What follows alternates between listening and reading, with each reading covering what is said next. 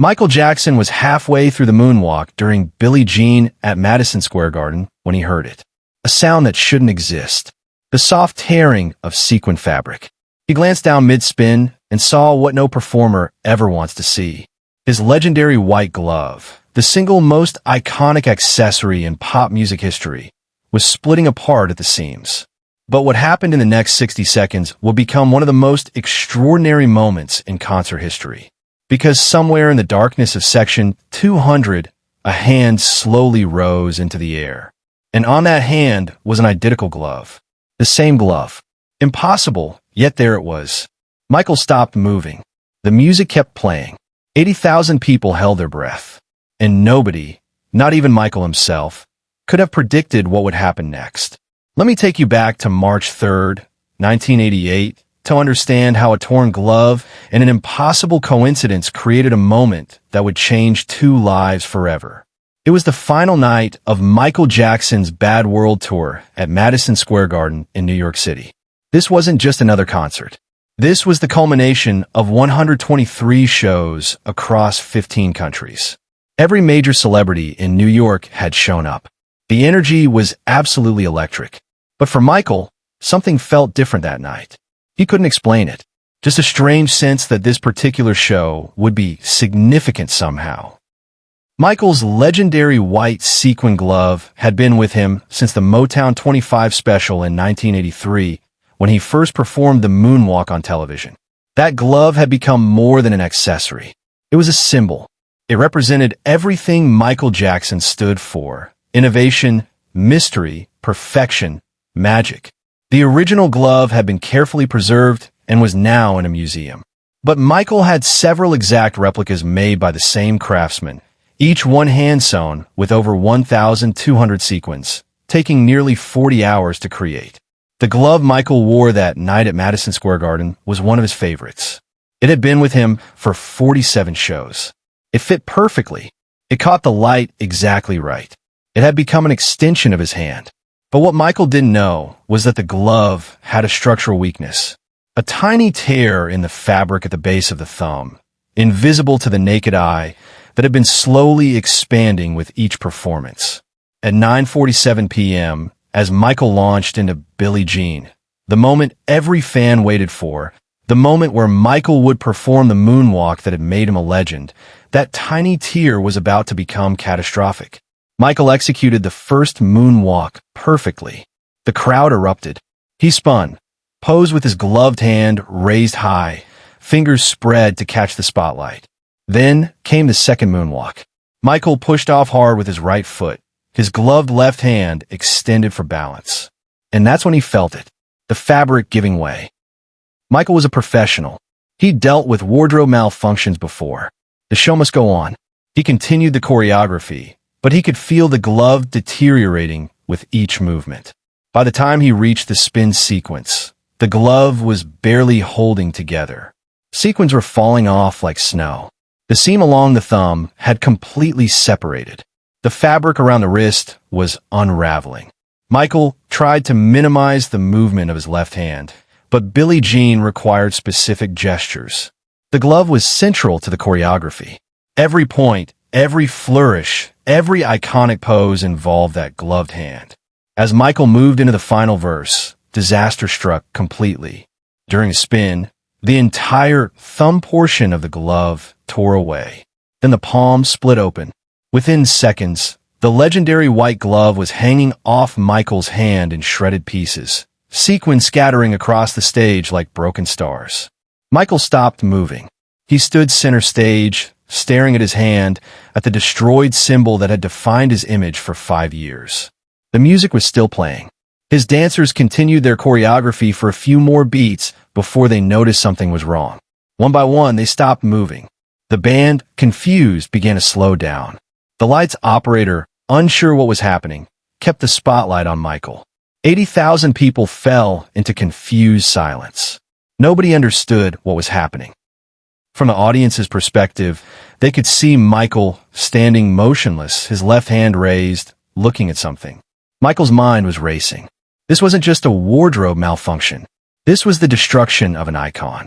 This glove represented everything: his mystique, his perfectionism, his image. And it had just fallen apart in front of the entire world. For a moment, Michael considered just removing the destroyed glove and continuing without it. But something stopped him. That glove meant something. It wasn't just fabric and sequins. It was a symbol of transformation, of magic, of the impossible becoming possible. And then, in the darkness of section 200, row 35, approximately 150 feet from the stage, something impossible happened. 15-year-old Marcus Webb, sitting with his mother Catherine in seats they'd saved for 2 years to afford, slowly raised his left hand into the air. On his hand was a white sequin glove, an exact replica of Michael Jackson's iconic glove. Marcus had made it himself. He'd spent 6 months and every penny he'd earned from his after-school job at a grocery store buying sequins, fabric, and supplies. He'd sewn each of the 1,200 sequins by hand, one at a time, following photographs of Michael's glove from magazines. He'd watched his mother sew for years and had taught himself basic stitching just to make this glove. Marcus had worn the glove to the concert as a tribute to his idol. He'd been too shy to really show it off, keeping his hand down most of the night, worried people would think he was weird. But when he saw Michael standing on stage, staring at his destroyed glove, something compelled Marcus to raise his hand. He didn't think Michael would see him. They were so far away. But something inside him said, "Raise your hand. Show him. Let him know the glove's spirit lives on." Catherine grabbed her son's arm. "Marcus, what are you doing?" "I don't know, Mom. I just feel like I need to do this." Marcus raised his gloved hand higher, standing up slowly, holding his hand up like a torch in the darkness. And Michael Jackson, standing on stage 150 feet away under blinding spotlights, somehow saw it. Later, Michael would say he didn't understand how it was possible. The lights made it impossible to see individual faces in the crowd. But somehow, that single white glove caught a reflection of light, a tiny spark in the sea of darkness, and Michael's eyes were drawn directly to it.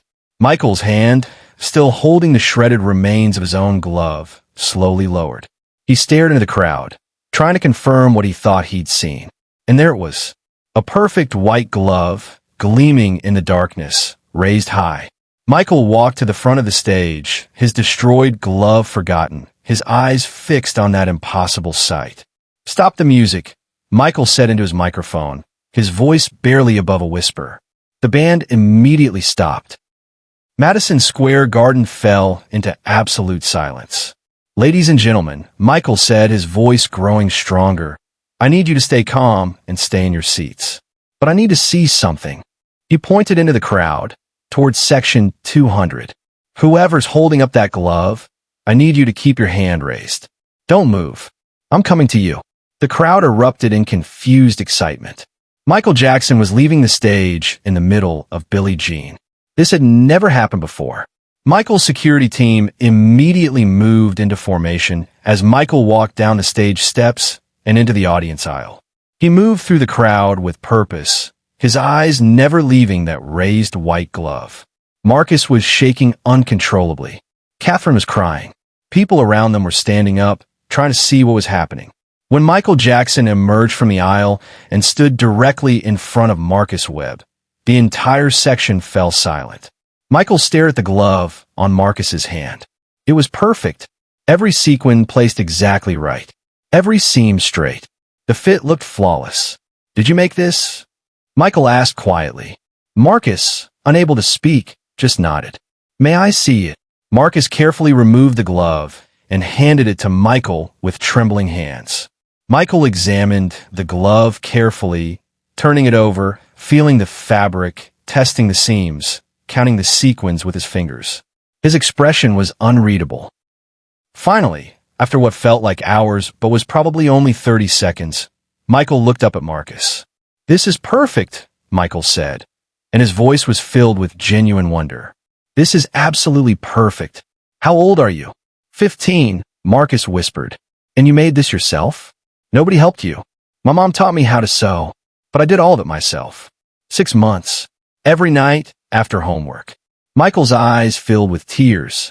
"Why?" "Because your glove means something," Marcus said, finding his voice. "It's not just a glove. It's a symbol of being different, of standing out, of being proud of who you are even when you're afraid. Marcus paused, then continued. I get bullied at school. Kids call me weird because I like to sew and I listen to your music and I don't fit in. When I wear this glove at home, when I practice your dances in my room, I feel like I can be myself. Like being different is okay. Like it's actually magical. Michael broke down, crying right there in the aisle. He pulled Marcus into a hug, and the entire section erupted in applause. When Michael finally pulled away, he looked at Catherine. Ma'am, is it okay if Marcus helps me finish this show? Catherine, crying, could only nod. Michael held up Marcus's glove to show the entire arena. Ladies and gentlemen, this young man spent 6 months making a perfect replica of my glove. And tonight, when mine fell apart, his was here waiting. That's not coincidence. That's magic. He turned to Marcus. Would you let me wear your glove to finish Billie Jean? Marcus's eyes went wide. Really? Really? But only if you come on stage with me and we finish it together. What happened next became one of the most iconic moments in concert history. Michael Jackson and 15-year-old Marcus Webb walked together through the crowd and back onto the Madison Square Garden stage. Marcus was wearing Michael's torn, destroyed glove. Michael was wearing Marcus's perfect handmade replica. The band started playing Billie Jean again from the final verse. But this time, Michael and Marcus performed it together.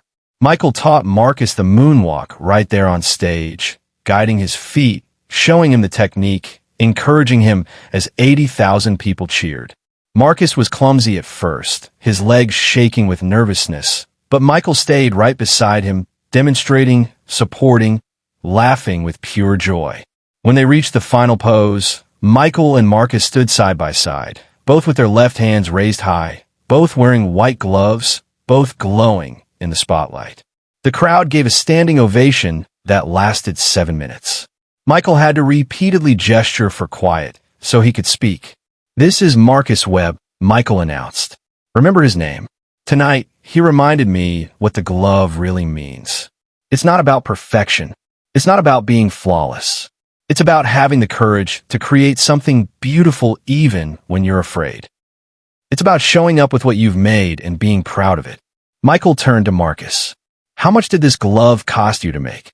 About $200. Marcus said into the microphone Michael held between them. All my savings. And how long did it take? 6 months. About 3 hours every night. Michael nodded slowly. Ladies and gentlemen, Marcus spent 540 hours and $200 to create this perfect glove because he believed in something. He believed that being different was worth celebrating. That's the real magic. Michael removed the glove Marcus had made and handed it back to him. This is yours. This belongs to you. But I want you to have something of mine too. Michael removed his destroyed original glove from Marcus's hand. Even torn and shredded, it was still the legendary glove from 47 shows. This glove traveled the world, Michael said. It's been to Japan, Australia, Europe, everywhere. It's seen things most people never see. And now it's retired. And I want you to have it. Not because it's perfect anymore, but because it's real. Because it shows that even magical things break sometimes. And when they do, someone like you is there to carry on the magic. Marcus clutched both gloves, the one he'd made and the legendary destroyed one, and cried. After the show, Michael spent 2 hours with Marcus and Catherine backstage. He learned that Marcus wanted to be a fashion designer, but was too afraid to tell anyone at school because he thought they'd make fun of him even more. Marcus, you have a gift, Michael said. I've seen gloves made by professional costume designers that weren't as perfect as what you created. You have real talent. Don't hide it. The world needs people who can create beautiful things. Before they left, Michael made Marcus a promise. I'm going to make some calls. I know people at the Fashion Institute of Technology here in New York. Would you like to learn from real professionals? Would you like to turn this into a real career? Marcus couldn't speak. He just nodded, tears streaming down his face. Michael kept his promise. He personally funded Marcus's education at the Fashion Institute of Technology, paying for his full tuition, supplies, and living expenses.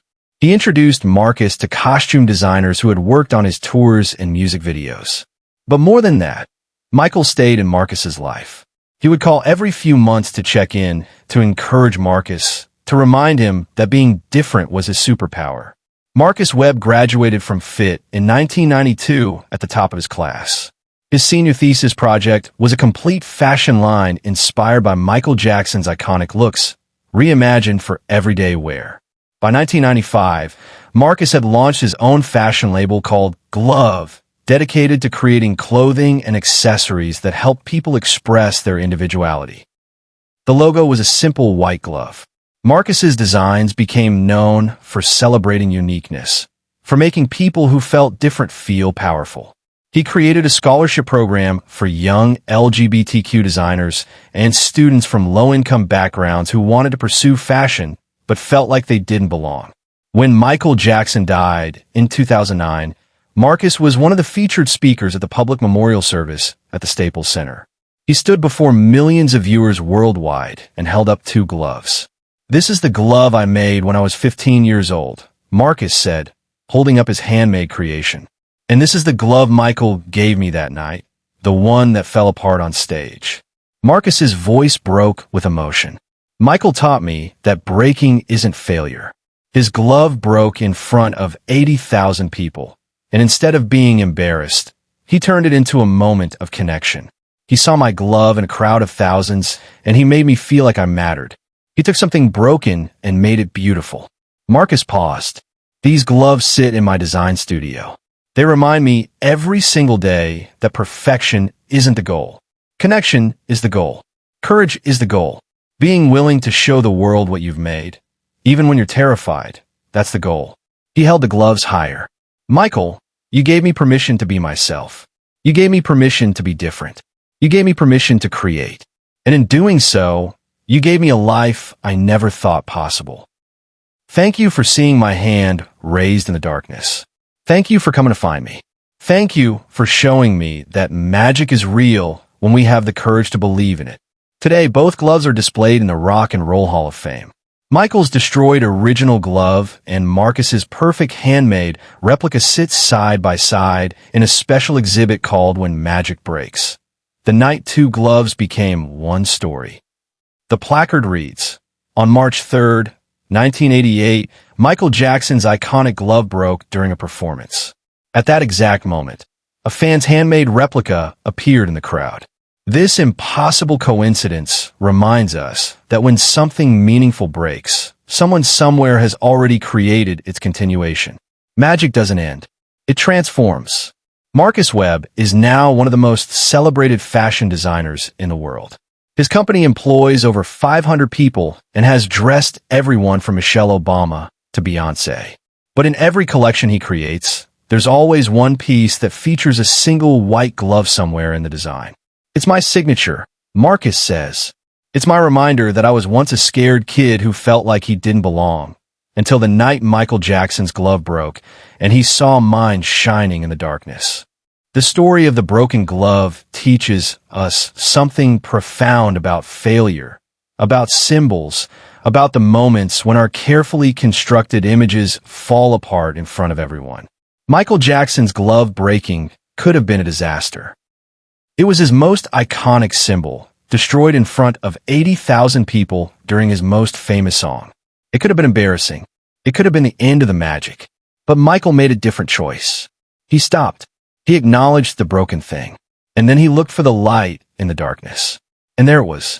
A kid who had spent 540 hours creating something beautiful because he believed in what that glove represented. Not perfection, not fame, but the courage to be different. When Michael wore Marcus's glove to finish that performance, he was saying something powerful. The magic isn't in the original. The magic is in what the original inspires others to create. The real glove broke that night, but 1,000 other gloves existed in the hearts and hands of kids like Marcus all over the world. Kids who saw Michael's difference as permission to embrace their own. Kids who understood that the glove wasn't just fashion.